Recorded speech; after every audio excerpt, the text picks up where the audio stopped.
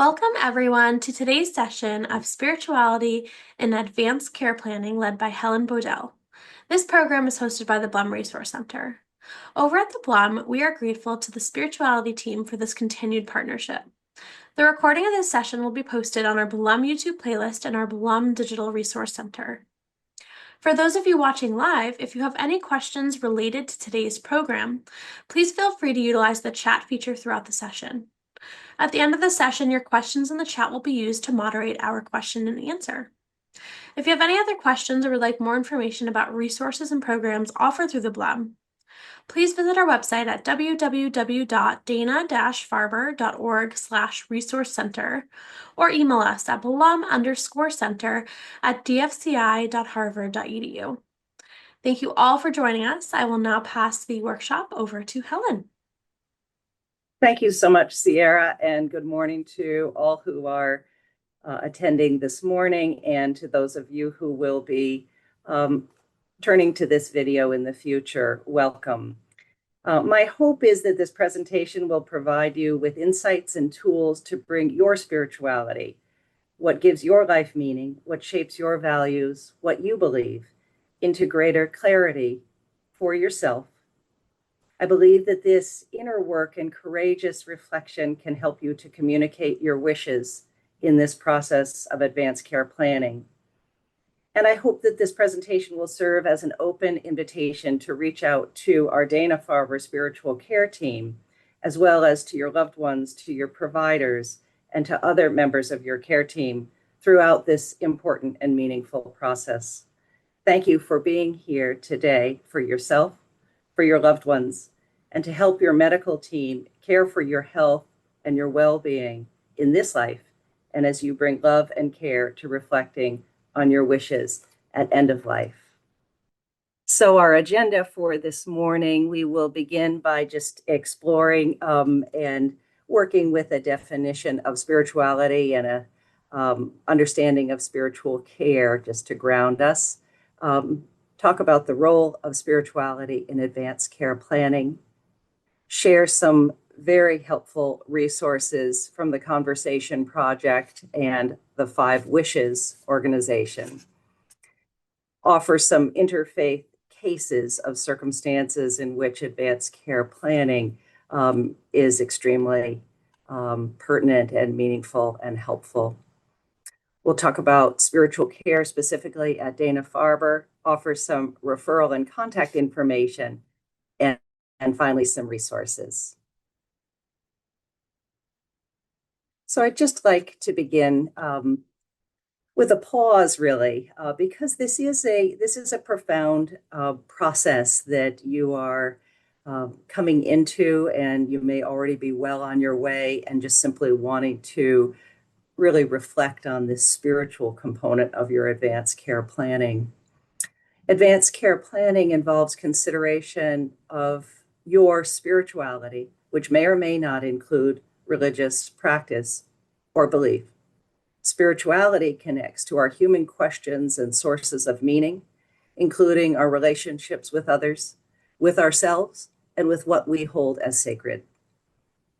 Spirituality holds our human experiences of joy and sorrow, hope and fear, loss and grief, and draws from our sources of wisdom, courage of the heart, and love. Spirituality can serve as an inner guide and a resource for advanced care planning. Spirituality can facilitate open and honest conversations about your care preferences, helping to align your core values and wishes with your goals for your medical care. Spirituality can provide emotional as well as spiritual support, engaging with spiritual practices as well as bringing this into your advanced care planning, but actively turning to your spirituality and sources of faith can offer you comfort and reduce anxiety, provide a sense of peace, and working toward acceptance. Spirituality supports holistic care, addresses emotional, psychological, and spiritual needs, as well as physical health. Here is another definition that is from the International Conference on Improving the Spiritual Dimension of Whole Person Care, which is certainly what we're talking about today. Spirituality is a dynamic and intrinsic aspect of humanity through which persons seek ultimate meaning, purpose, and transcendence, and experience relationship to self, family, others, community, society, nature, and the significant or sacred. Spirituality is expressed through beliefs, values, traditions, and practices. Spirituality is a deeply personal and unique experience for every one of us. Spirituality can be a source of strength and resilience, helping you and your loved ones cope with the emotional and physical challenges of illness. I am taking this time to set this stage because that really is what this time is about. This is an iterative process. In other words, you can turn to your advanced care planning, weekly, yearly. It is something that can evolve. And this spiritual dimension is so important for your journey through this healthcare system and through your cancer experience. So spiritual care is patient-centered and is available to patients who are spiritual, religious, and non-religious. Multi-faith chaplains at Dana-Farber honor culture, belief systems, and sources of inner wisdom or meaning when providing care. Spiritual care collaborates within the interdisciplinary team for the compassionate support and care of the whole person. I pause here just for a moment to say, we as chaplains come not with our ideas of what is right for you, but trained and oriented very deeply toward helping you to draw these dimensions of who you are and what is important to you, draw these forth in you to reflect on these, and to allow your spirituality to be a very vital part of your care. Spirituality and goals of care conversations. So these may be more with your providers, and I don't speak on behalf of the providers, but would like to offer this quote that is simple, straightforward, and helpful, I think. Care planning is key to providing the right care and avoiding the wrong care for the serious ill person. It is more than just advanced care planning and end of life. Care plans include goals of care conversations over time, and specifically before critical choices about treatment need to be made. So advanced care planning involves making decisions about the care you wish to receive as your illness may progress. And it may be that you're doing this years and years before it's needed, or that you're really coming up against a time of profound transition in your care. Integrating spirituality into advanced care planning can help ensure that your values and beliefs are reflected in your care preferences, that they are included in your advanced care documents. It can also provide a framework for discussing difficult topics such as end-of-life care with loved ones and healthcare providers. So some of you may have heard of Atul Gawande and his book, Being Mortal. He is a palliative care physician and advisor to the Conversation Project, a resource that I will be sharing more about. Dr. Gawande's personal experience accompanying his father through his father's cancer journey, led him to a reckoning with the ways his own effort to protect his father and his patients from the pain and loss associated with the limits of treatment and reality of mortality, that those efforts too often diminished the agency of his father, of his patients, and even caused harm. In his book, Being Mortal, Gawande advocates for shared decision-making and open conversation about end-of-life care. And a quote from Dr. Gawande: "Sometimes we can offer a cure, sometimes only a salve. But whatever we can offer, our interventions and the risk and sacrifices they entail are justified only if they serve the larger aims of a person's life.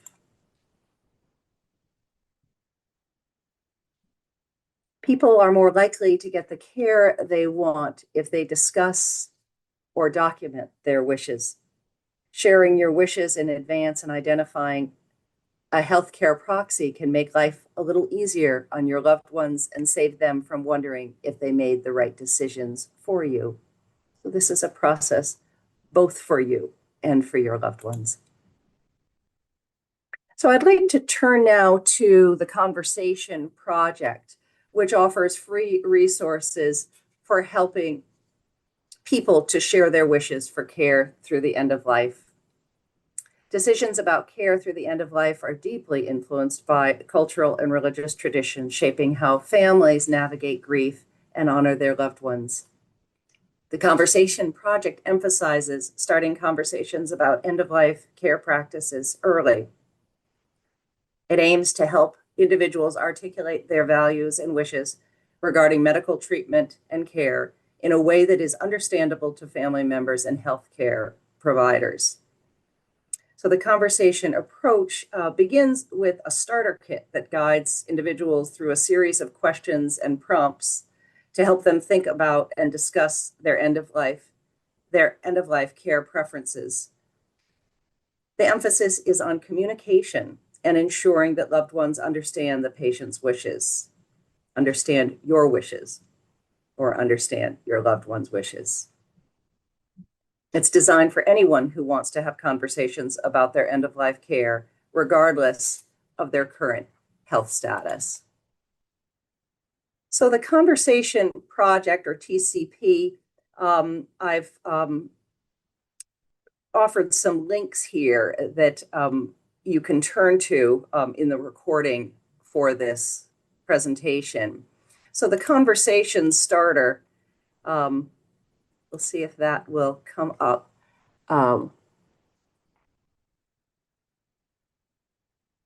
So that is not coming up right now, but these are documents that will, these are guides, a guide for how to start your conversation, a guide for how to choose your healthcare proxy. And choosing a healthcare proxy is a way to care for yourself as well as a way to care for your loved ones. This is the person that only in the circumstance in which you are not able to speak for yourself, this is the person who you believe truly understands where you're coming from, with whom you have had or intend to have conversations about your wishes, including your wishes for your faith and spirituality and values to be taken into consideration. And this is the person that you entrust to this. So there's not only from your side of choosing a healthcare proxy, but a very helpful guide about being a healthcare proxy. So this is not only just sort of a document, but it really is a journey that potentially will be a very significant one for your healthcare proxy. And later in this presentation, I talk about what it is to be a caregiver as well. And I want to pause here and stress that in these roles, these are profound roles, and the role of a caregiver, that for the importance of your own care as a caregiver. There is another guide for talking with the healthcare team. And hopefully you will find, I believe you will find here at Dana-Farber, and I hope at any place you are engaged with your healthcare, that people are receptive. And it's sometimes important, the pace of healthcare is very fast. And simply to say, I have something that is very important to me that I would like to just ask for your time. If for some reason that time is not available, then to ask people, your provider, your caregivers, if there's another time that you could set aside to really express your wishes to them. So there is a workbook for working through, and of course, this doesn't happen whole cloth in terms of identifying your wishes. And you'll be, these guides will run you through questions, and you'll begin to articulate for yourself and thus to be able to do so for others what matters to you. There is also a guide for caregivers of a child with serious illness. So these are extremely valuable resources, and I really commend it to you, the Conversation Project. These resources are free. So some tips, there is a blog within the Conversation Project website that is extremely helpful, that covers all sorts of different topics. And here is one blog, Real World Tips for Talking About Cultural and Religious Rituals. Acknowledge cultural and religious significance. Even if you and or your loved one are no longer practicing a faith tradition, consider acknowledging the comfort and continuity that rituals can provide. So a conversation prompt together with the person who you would like to be your health proxy, with other members of your family or loved ones. A question such as, I know we may not practice this faith actively, but would certain traditions bring you peace during this time?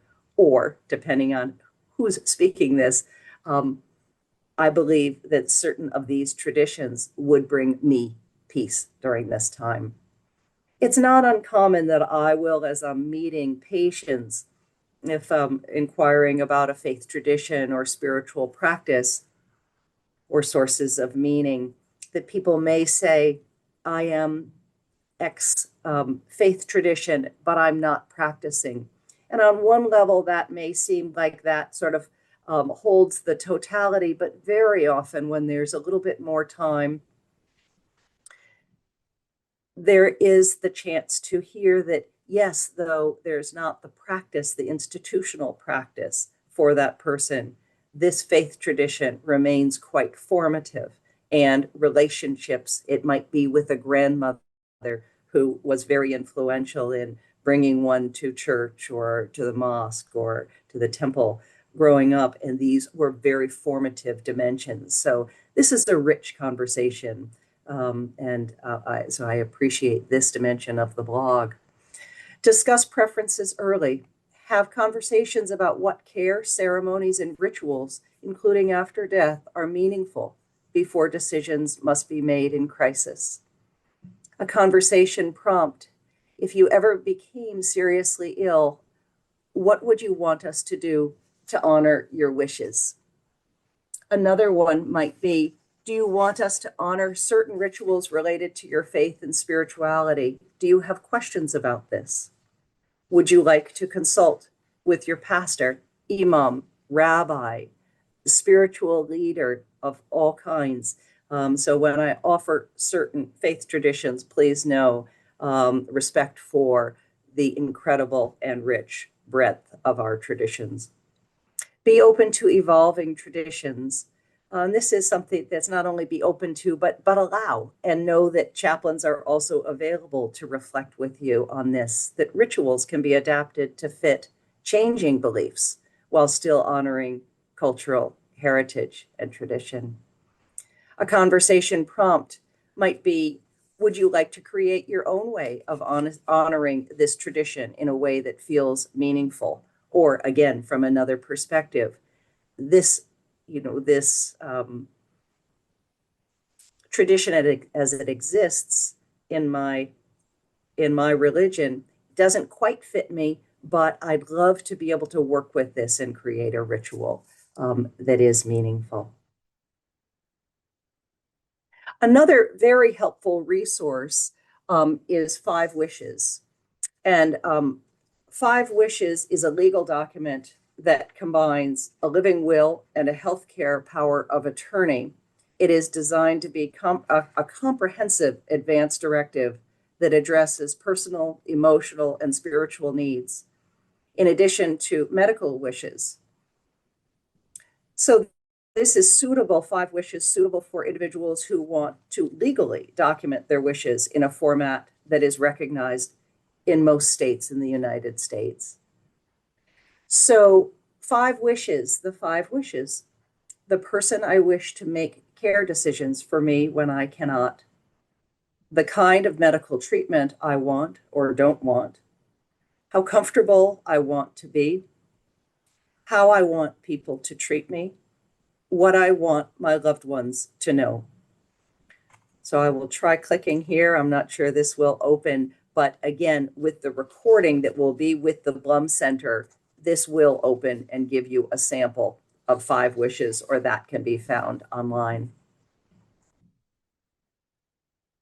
So why choose five wishes? And I'm not making a case for any particular resource, but I think this is helpful. It's written in everyday language, making it easy to understand and to complete. It covers personal, spiritual, medical, and legal wishes all in one document. It allows your family or caregiver to know exactly what you want, so they don't have to guess. It is legally valid in nearly every state. Another offering within Five Wishes that I think is very meaningful are for children and for adolescents. So different versions of the Five Wishes guide. For children, My Wishes is a booklet written in everyday language that helps children express how they want to be cared for in case they become seriously ill. My Wishes also helps begin conversations among children, parents, and caregivers, just like Five Wishes. And My Wishes is not a legal document, but it is a very important guide and foundation for what are courageous conversations for all concerned, and so important. Another guide is called Voicing My Choices, and it empowers young people living with a serious illness to communicate to family, friends, and caregivers how you want to be comforted, supported, treated, and remembered. So based on the Five Wishes Advanced Directive, Voicing My Choices provides a guide for this discussion and was developed specifically for young adults with feedback and guidance from young people living with a serious illness. So these are just such valuable resources.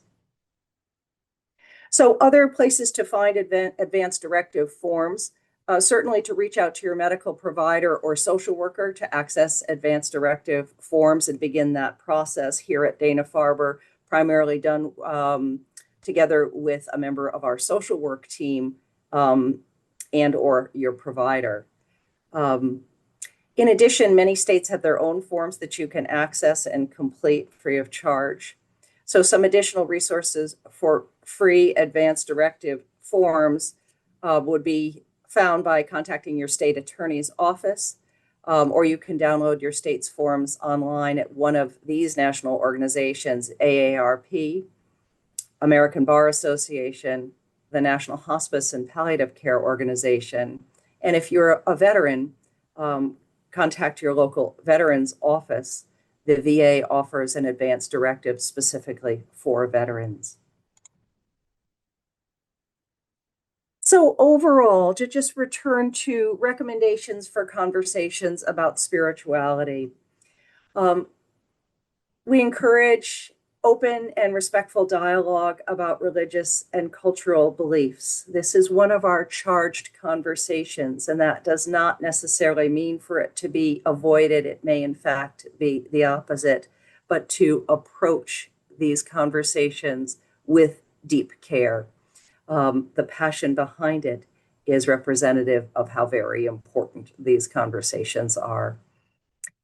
Consider involving multi-faith chaplains here at Dana-Farber, or generally you'll find chaplains at almost any hospital setting. Consider involving multi-faith chaplains and or religious leaders in the decision-making process. And if, for instance, within the team of our chaplains, and this will not hurt our feelings, we want you to receive what you need. One of the things we can do is help to connect you to a member of your own faith tradition or a leader within your spiritual organization. So this is something we are happy to do either in concert with our ongoing spiritual care or in more of an almost consultation process. We do have within this area of here at Longwood and at our other Dana-Farber sites, we do have connection with clergy and with faith communities that surround this area as well, and they tend to be very generous and want to help patients. Explore the compatibility of medical options with your religious teachings, um, teachings that you are abiding by, taking into consideration your or the patient's views and preferences. And always to foster a collaborative environment that respects diverse perspectives and values. And that is certainly core to the way we approach our spiritual care. So I will be offering a few case studies here, a few examples. So as we make our way toward this part of the presentation, again, sort of building upon what I've just said, to honor the diversity of perspectives. This is the richness of our human community. Each one of us is made unique, and each one of our life experiences is unique, and each one of our spiritual journeys is unique. And it continues as we confront significant illness and treatment and the questions that often arise. Within every religion and spirituality, there are significant differences in social, religious, cultural, and personal practices. No one patient story or experience is representative of the faith tradition as a whole, spirituality, or cultural group. Any case or example within a certain tradition or group is of limited scope. We seek to practice and foster cultural humility as chaplains in our communication within families, in our connection with you, and encouragement for you all. And just this is a practice in and of itself to bring cultural humility and communication within your family. You have differences within your family. I happen to be an identical twin sister. I have an identical twin sister. I give this example often. We've had very similar experience, and we've had different life experiences, and we have quite different points of view, as well as having deep connection with the underlying values. Cultural humility within your family, with the care team, and in your communications with members of the care team.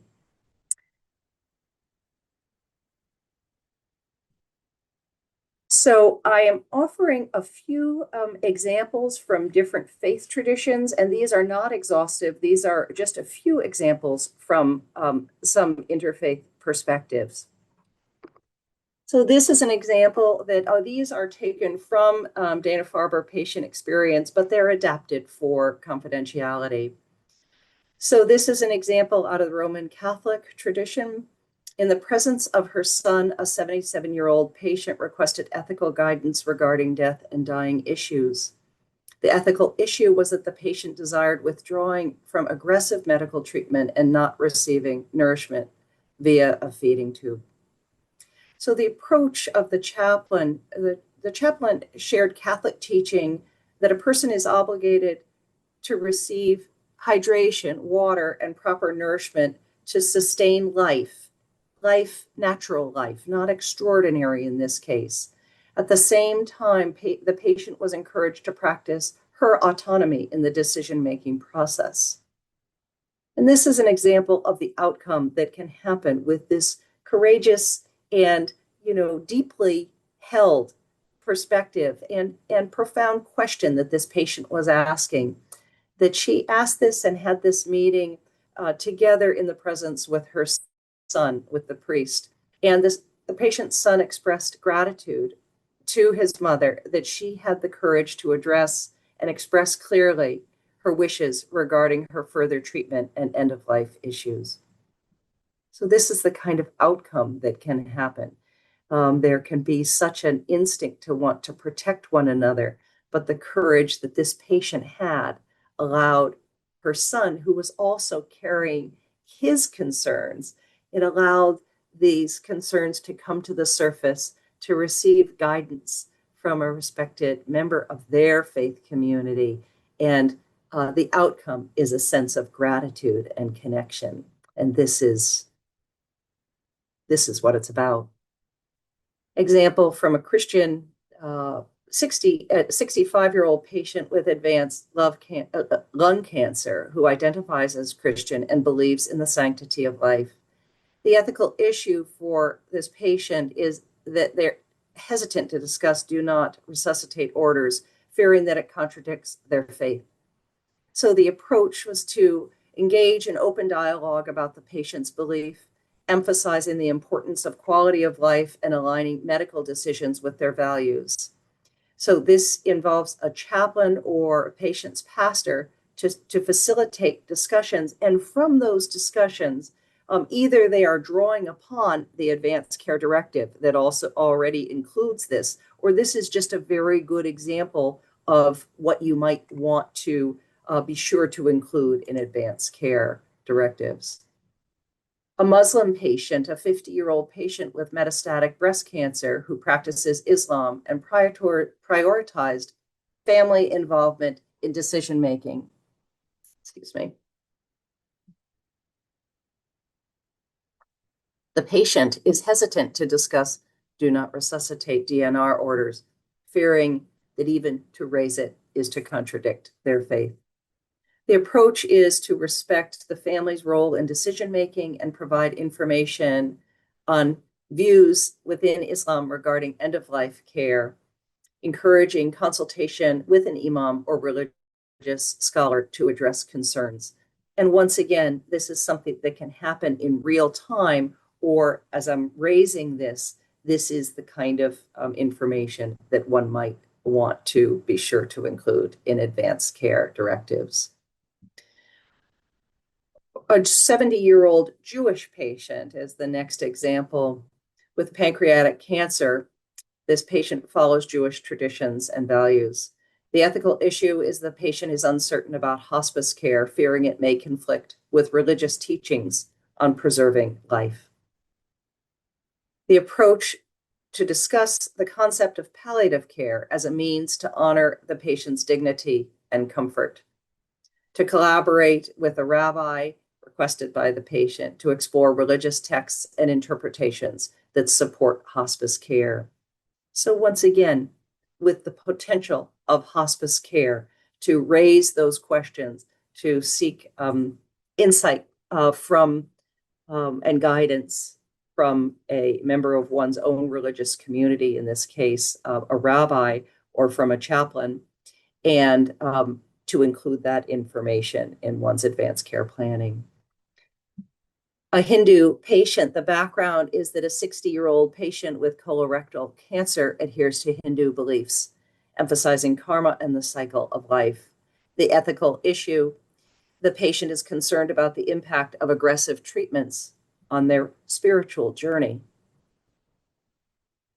I just think that that's a beautiful thing to lift. So we've got medical care, and how does that impact one's understanding and relationship with spiritual journey? These do not need to be in conflict, but this is a deeply important conversation.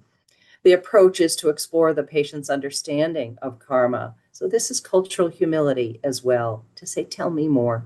And even within one's own faith tradition, to say, what is your understanding of this? How has this come to be meaningful in your life? And please share more. And how it influences their healthcare choices. Involve family members and spiritual leaders to ensure decisions align with cultural and religious values. Again, these are just some examples, but sort of where the issues are really activated and alive within healthcare. That is the purpose of these cases, not to be exhaustive. So important as well in one's advanced care planning document is to incorporate rituals and practices that are related to death and dying from one's own tradition. And not only from one's own tradition, but from within that, what is it that you feel is important, or that your loved one feels is important? So many faiths have specific rituals that are performed after death. These may have to do with washing of the body. These may have to do with the timing to burial. Um, they include prayers, ceremonies, or specific burial practices. Advanced care planning should consider these rituals to ensure that they are respected and carried out according to you or your loved one's wishes. Legal and ethical considerations. It is important to document any religious or spiritual preferences in legal advance directives. This ensures that healthcare providers and family members are aware of and can honor these wishes, even if you or your loved one is unable to communicate them at the time. I'd like to pause here to share, and again, this is from the Conversation Project, and it is from a Dr. Charlotte Yeh, who is an advisor, as I said, to the Conversation Project. One of my most moving experiences as an emergency physician was caring for a patient I did not save. It was a typical frenetic, hairy day in the emergency department with the range of encounters of various broken, sprained limbs, fevers, chest pains, cuts, and falls. But on this day, the ambulance rolled up to the doors, bringing an older gentleman whose heart had stopped at home. His wife had found her husband at home unresponsive and started CPR immediately without thinking twice. For those of us who care for many sudden death victims, it is always exhilarating and heartwarming to see someone get the best chance possible to survive with CPR from a family member or bystander. In this case, her husband rolled in through the doors unconscious and intubated with an initially viable heart rhythm. As I started more aggressive stabilization measures, his wife, anxious and stressed, showed me a multiple-page completed advance directive, clearly indicating her husband did not want heroic medical measures if his heart stopped and he did not revive. Through her tears, she explained that her husband and she had talked through this formal decision together 5 days earlier, even though he had no terminal condition. Almost apologetic, she turned me with early signs of guilt to ask, should I have not done CPR? I just didn't think and tried to save him. He doesn't want to be on life support. What do you think we should do? And I paused. First, I told the wife, of course you did the right thing. Unless you tried, you would have no idea if CPR might have saved him. Back to the husband, you know. And then I did the unthinkable, especially in an academic emergency department where we are trained and expected to do everything we can to save a life. Her husband's vital signs were starting to deteriorate. I turned to the wife and asked, knowing what you and your husband discussed, what do you want me to do? I can definitely do everything and possibly save him with a variety of interventions, or we can see what he can do on his own and we can support him, knowing what a complete document and deep conversation you have had and created with your husband. She looked at me with renewed confidence and said, knowing what she knew her husband wanted, could we just provide enough support for their 5 children to come by the emergency department and say goodbye? Of course I would. We didn't try to defibrillate, but assured he was comfortable with his erratic heart rate and blood pressure, while her children arrived one by one and gathered at his bedside in the resuscitation room. For 2 hours, they talked to him, held his hand, held their own hands together, and were with him as he peacefully ebbed away, knowing they had followed his wishes, yet had the time to have peace with him. The emergency department staff, some of them were angry and upset with me. How could I not have done everything? And yet at the end, even the most hostile of the staff, or hostile, I'm not sure, anyway, passionate about what they felt, turned their feelings around. They saw the love from the family. They saw the quiet comfort afforded to their husband and father. They saw the acceptance with peace, even with the sorrow. And that too can be a gift, I would add. And realized, wasn't this what any of us would want for our loved one? They heard the thanks, the intense gratitude from the family to us for allowing her husband to be afforded the dignity in life and in death that he so carefully shared with his family and with the papers to prove it. Wasn't this one of the most noble uses of the resuscitation room? And as suddenly for the staff as when he arrived, as the family slowly left, there was an overwhelming feeling of spirituality and grace that filled the emergency department, its patients and its staff, that made us all better partners of our patients in crisis that day. So I did the unthinkable. I let the husband and father go on his own and did not get in his way. And I know his family will always remember the kindness and respect that we showed. In this case, we don't know the specific spirituality, but in the broadest sense of spirituality is love of family, this patience, conception of what it was to truly live, and the loving reflections that he incorporated into his advanced care planning in, in conversation with his wife. These are deeply spiritual actions.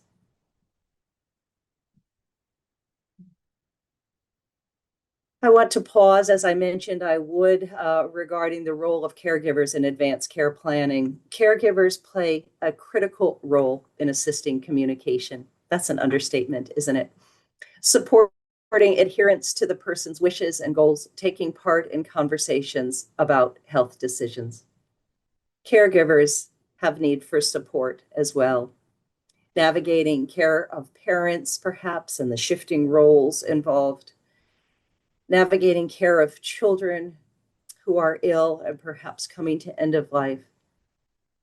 When to step back, supporting independence, teaching how to communicate with a care team, listening, being honest about what is happening, nurturing hope and advocating as needed. Relationship with stepchildren, with significant others of the patient. So caregiver well-being, to take a minute to check in on yourself, and when those feelings are rising to the surface, to pay attention to that, to try not to be judgmental, to bring compassion to yourself as you want to bring it to the one you are caring for. And in so doing, you will be better able to do that. Reach out for support. Our Dana-Farber chaplains are available to you. Social workers are available to you. We know that the care, and the spiritual care indeed, is even greater than the spiritual care department itself. It happens in all kinds of corners of this, the Institute, and all of the sites. And please know that chaplains are available to you. So I always love this quote from Parker Palmer, who happens to be a Quaker theologian and teacher. Self-care is never a selfish act. It is simply good stewardship of the only gift I have, the gift I was put forth on earth to offer others. Anytime we can listen to true self and give the care it requires, we do it not only for ourselves, but for the many others whose lives we touch.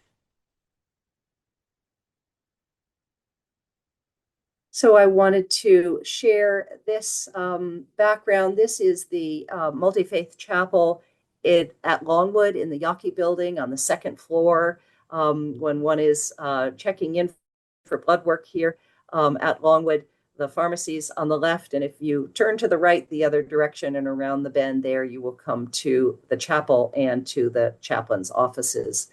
There is also a quiet room at Chestnut Hill and other places for peace and quiet at other sites throughout the Institute. So our multi-faith chaplains are professionally trained to provide compassionate listening and non-judgmental presence.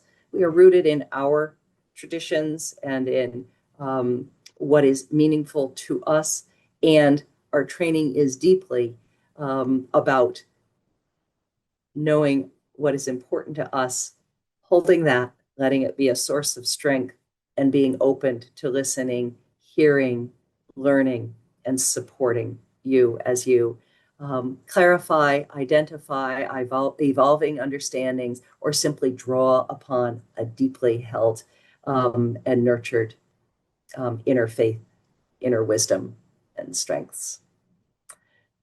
the code of ethics for our profession as chaplains, to work in ways that honor the dignity of those we serve, demonstrate respect for the cultural and religious values of those we serve, refrain from imposing our values or beliefs on others, understand the limits of our individual expertise and make referrals to other members of the interprofessional team as appropriate as we invite others to do toward us as well.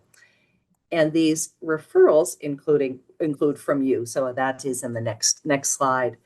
But the role of the chaplain, often this, if one has been in the military or is Roman Catholic, particularly, the word chaplain, the title, is familiar. For many people, it is not familiar. The role of a chaplain is to support connection to sources of meaning, including diverse expressions of faith, spirituality, and inner wisdom.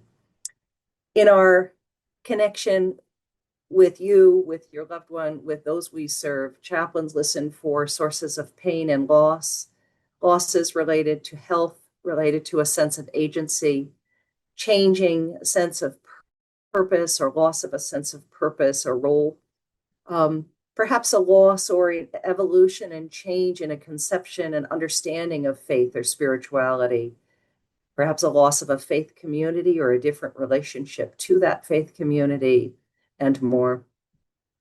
Chaplains listen for sources of strength, strength coming from faith, from hope, from love.